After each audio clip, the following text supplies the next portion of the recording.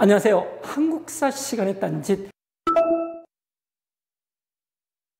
이번 시간에 할 딴짓은 바로 지리가 되겠습니다.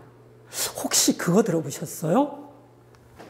발해 뗏목 탐사대가 있었습니다. 1차 탐사를 시작을 한 게 언제였었냐면요. 1997년 12월 31일입니다. 1997년 12월 초에 IMF 외환 위기가 있었기 때문에요. 국민적인 지원도 거의 받지 못하고요. 관심도 거의 없는 채로 탐사를 시작을 했습니다. 왜 하필 이때였을까요? 발해가 건국이 되는 게 698년인데요. 1998년이 발해 건국 1300주년 기념이었기 때문입니다. 발해의 탐사대가 출발을 한 목적은 뭐였었냐면요. 우리나라 역사에서 가장 거대한 제국, 고구려보다도 영토가 1.5배 내지 2배 컸는데요. 이 거대한 발해 제국의 바다의 항해로를 복원하기 위해서였고요. 그런데 안타깝게도 그 결과는 어떻게 됐냐면요. 25일간 항해를 했지만 4명의 대원 전원이 사망을 하는 안타까운 사태로 끝나고 말았습니다. 당시에 신문 기사가 되겠고요. 4명의 대원이 되겠습니다. 원래 목적은요. 블라디보스톡을 출발을 해서 부산항에 가는 거였는데 독도 근처에서 표류를 하다가 오키섬에 가는 과정에서 전복이 돼서 모두 사망하는 안타까운 일이 벌어졌습니다. 1차 탐험대가 저렇게 안타까운 일이 벌어진 지 7년 후에 2005년 2월 18일에 2차 탐험대가 출발을 하는데요. 2차 탐험대는 결과적으로는 더 탐험을 진행하지 못했습니다. 불과 4일 만에 표류를 하다가 다행스러운 점은 모두 구조는 되었습니다. 그러면 여기서 우리 관심사는 뭐냐면요. 발해 사람들은 당시에도 바람을 이용해서 갔었기 때문에 상당히 위험한 항해가 됐을 텐데 거의 1200km가 된다라 그러는데요. 왜 발해 사람들은 저렇게 목숨을 걸고서 일본으로 항해를 해 갔을까요? 이걸 알기 위해서요. 발해의 역사에 대해서 간략하게 살펴보도록 하겠습니다. 발해는 중국 사람들이 해동성국이라고 불렀습니다. 해는 바다의 자가 되겠고요. 바다 동쪽에 있는 융성한 국가라는 뜻입니다. 발해의 역사를 살펴보면요. 발해는 698년에 건국되어서요. 고구려가 멸망한 지 딱 30년이 되겠습니다. 언제까지 있었냐면요. 926년 거란에 의해서 멸망이 될 때까지 약 230년간 존재를 했었습니다. 신라가 통일을 한 게 676년이고요. 멸망을 한 게 935년이기 때문에 거의 230년 같이 존재를 했었다라고 보시면 될 것 같습니다. 발해의 지배층은요, 대조영을 비롯한 고구려 유민이 되겠고요. 발해의 피지배층은 말갈린들이었습니다. 그래서 피지배층이 말갈린이 대다수를 이루고 있었기 때문에 당연히 발해의 주민 구성에서는 고구려보다는 말갈린이 많았겠죠. 말갈린은 발해가 거란에 멸망당하고 나서요, 고려시대에 여진족 속에 포함이 되게 되는 거고요. 그 여진족은 고려시대에 금나라를 세웠고요. 조선시대엔 후금, 즉 청나라를 세워서 중국 전체를 300년간 지배를 하다가요. 신의 혁명으로 몰락을 해서 지금 중국 인구 14억 중에서 1000만 정도를 이루고 있습니다. 그렇게 되고요. 이런 발해의 역사에 대해서 중국 애들이 자기의 역사라고 거의 지금 동북공정에서 그렇게 하고 있는데요. 발해를 어느 나라 역사인지를 보기 위해서는 어찌 보면 주민 구성이라든지 그때의 영토가 지금 어디에 속하느냐 이것보다도 더 중요할 수 있는 것들은 발해의 사람들이 자기들이 어느 나라를 계승했다라고 생각했는가 이 점이 훨씬 더 중요하겠습니다. 그래서요, 당시에 발해 사람들은 일본과 연합을 했었는데 그 이유는 뭐냐면은 당 신라를 견제하기 위해서였습니다. 여기 지도를 보시면은요, 발해의 동경영원부에서 일본의 헤이조코로 사절단 파견을 하게 되는데요. 당시에 발해에서 일본에 공식적으로 파견한 사절단의 횟수만 하더라도 무려 34차례에 이르게 됩니다. 8세기 초 중반에는 정치 군사적인 목적에서 사절단을 파견을 하는데요. 다시 말해서 당나라하고 신라의 위협에 대처하기 위해서 일본과 연합을 깨하게 되는 것들이고요. 8세기 후반부터는 경제적인 목적으로 사절단을 파견하게 됩니다. 그런데 여기에서 우리의 관심사는 뭐냐면요. 일본에 보낸 국서에서 발해 사람들이 스스로를 고려국이라고 이야기를 하고 있다는 겁니다. 고려는요, 당시에 고구려하고 혼용되는 용어였었고요. 따라서 고려국이라고 표현을 했던 거는 고구려국이라는 표현하고 똑같은 것들이 되겠고요. 물론 918년에 왕건이 자신의 나라를 고려라고 칭한 것도 바로 고구려를 계승한다라는 의미에서입니다. 그리고 왕을 뭐라고 표현을 했었냐면요, 고려국왕이라고 표현을 했습니다. 이런 측면에서 발해는 스스로가 고구려를 계승한 국가라고 명확하게 인식하고 있었다라고 볼 수 있겠습니다. 이렇게 해서요, 이제 발해에 대해서 살펴봤었고요. 이 한국사 시간에 지리에 대해서 살펴보도록 하겠는데요. 아까 살펴봤었던 1, 2차의 발해 뗏목 탐사대가 간 것들에 대해서 언론에서는 상당히 부정적으로 평가하고 있었습니다. 바로 이 기사가 그런데요. 2차 발해 뗏목 탐사대가 실패를 하자 중앙일보에서는요, 무모한 도전 난파된 발해의 꿈이라고 비판 기사를 싣고 있는데요. 비판의 핵심 내용은 뭐냐면요, 이월 동해에서는 파도가 높아 해군도 작전을 꺼려 했는데 무모하게 발해의 뗏목 탐사대가 겨울철에 출발을 해서 사고를 자처했다라고 비판을 하고 있습니다. 그렇다면 우리는 여기서 1300년 전에 발해 사람들이 언제 일본으로 출발했는지에 대해서 살펴보아야만 합니다. 총 34회에 걸쳐서 사절단을 파견을 했는데요. 모두 출발은 겨울이 되겠습니다.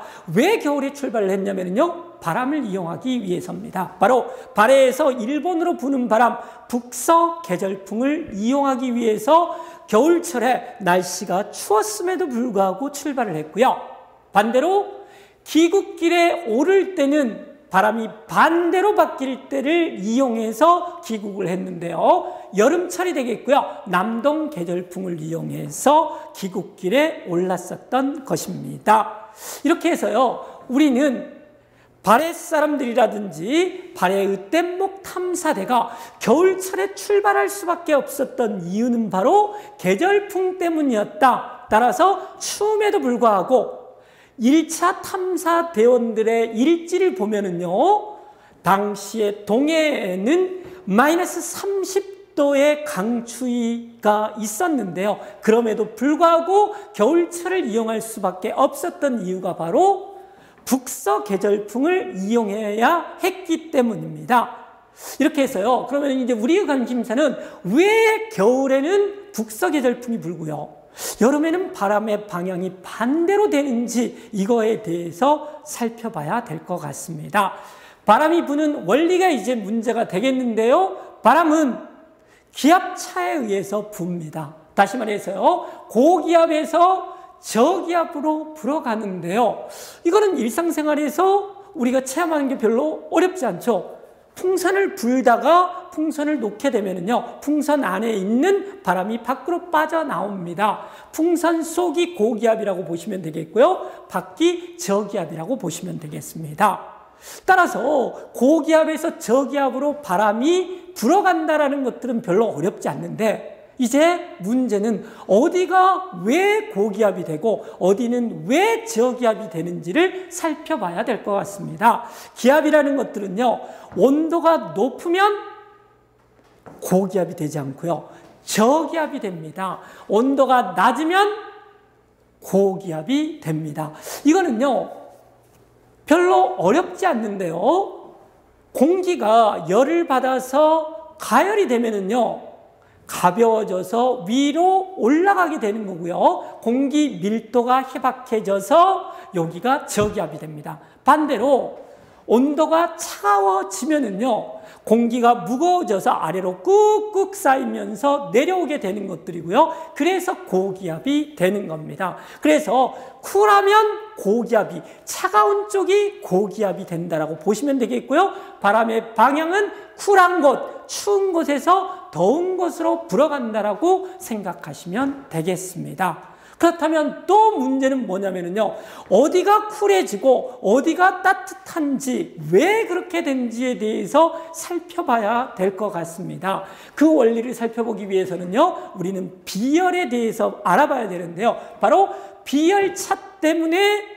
문제가 되는 게 온도 차이가 되고, 온도 차이 때문에 고기압, 저기압이 생겨나게 됩니다. 그러면은 비열차라는 거는 뭐냐면요, 비열이란 어떤 물질 1g을 섭씨 1도씨 올리는데 필요한 열량, 이게 정의가 되겠습니다. 별로 어려운 말이 아니고요. 똑같은 물질을 가열을 했었을 때, 하나는 물을 가열하고 하나는 흙을 가열을 했을 때 뭐가 빨리 온도가 올라가느냐, 온도가 빨리 올라가는 게 비열이 작은 거고요. 늦게 더 많은 열을 필요로 한 게 비열이 큰 겁니다. 그렇다면은 여기 보시고요. 그렇다면 육지하고 바다가 있었을 때 어디가 비열이 클까요? 다시 말해서 온도를 변화가 없는 쪽은 어디냐면은 바다 쪽이 되겠습니다. 바다가 똑같은 열을 가해도 서서히 온도가 올라가고요. 식을 때도 서서히 바다가 식겠습니다. 그래서 이거는 우리가 일상생활에서도 볼 수 있는데요. 여름철 해운대 해수욕장이 되겠습니다. 그래서 바다하고 지금 모래사장하고 햇볕이 비치는 것은 똑같이 비치기 때문에 똑같은 열을 받음에도 불구하고 모래사장이 훨씬 뜨거운 이유는 물보다 육지, 모래가 비열이 더 작기 때문에 빨리 뜨거워진 거고요. 반대로 겨울, 똑같은 해운대 해수욕장이 되겠고요. 이제 모래사장에 아이스링크를 말을 하고 있네요. 그랬을 때 열이 식을 때도 바다하고 모래사장하고 어디가 빨리 식냐면 너무나 당연하게 육지 쪽이 모래사장이 빨리 식습니다. 따라서 모래사장이 춥게 되는 것들이고요. 이 모래사장이 고기압이 되는 거고요. 바다 쪽 물이 저기압이 되겠습니다. 그렇게 해서요, 온도차가 발생하는 이유가 바로 비열 때문이고요. 여기 밑에 보시면 빨리 더워지고 빨리 식는 거, 냄비 금성을 가지고 있는 거는 바다일까요? 육지일까요? 아까 계속 설명을 했듯이 바로 육지가 되겠습니다. 육지가 빨리 더워지고요. 여름에는 더 더워지고요. 겨울에 식을 때는 더 빨리 식어서 온도가 낮습니다. 그래서요, 겨울에는 기온이 더 빨리 내려가기 때문에 기온이 낮고요. 따라서 육지가 고기압이 되는 거고요. 따라서 바람으로 따진다 그러면은요, 당연히 육지가 고기압이기 때문에 쿨한 곳에서 항상 바람은 분다라고 그랬었잖아요. 그래서 육지에서 고기압에서 바다, 저기압 따뜻한 곳으로 바람이 불어가겠습니다. 이런 원리에 의해서요, 겨울철에 시베리아 쪽 엄청 춥잖아요. 뭐 50도 마이너스가 되는데요. 고기압이 그쪽에 육지 쪽에 있기 때문에 그쪽에서 바다 따뜻한 쪽으로 바람이 불어오겠고요. 여름이 되면은 이제 반대로 바다가 쿨하기 때문에, 시원하기 때문에 바다 쪽에서 저기압 쪽인 대륙 쪽으로 남동 계절풍이 불겠습니다. 바람의 방향이라는 것들은 어떻게 이름을 붙이냐면요, 시작하는 쪽에 이름을 붙입니다. 남동쪽에서 시작을 하면 남동 계절풍이 되는 거고요. 북서쪽에서 바람이 불면은 북서 계절풍이라고 그렇게 합니다. 불어가는 쪽에 명칭을 붙이는 게 아니라요, 부는 쪽, 시작하는 쪽에 명칭을 붙입니다. 이렇게 해서요, 우리는 발해의 뗏목 탐사선이 그 추운 겨울에 출발할 수밖에 없었던 이유와 1300년 전에 발해 사람들이 그 추위를 무릅쓰고서 겨울에 출발할 수밖에 없었던 이유는 바로 계절풍을 이용하기 위해서였다라는 것들이고요. 그래서 중앙일보에 겨울에 출발하는 것은 무모한 도전이었다. 이런 것들은 사실상 전혀 근거 없는 비판이 되겠습니다. 이제까지 한국사 시간에 지리를 살펴봤습니다. 이번 시간에는 여기서 마치겠습니다. 감사합니다.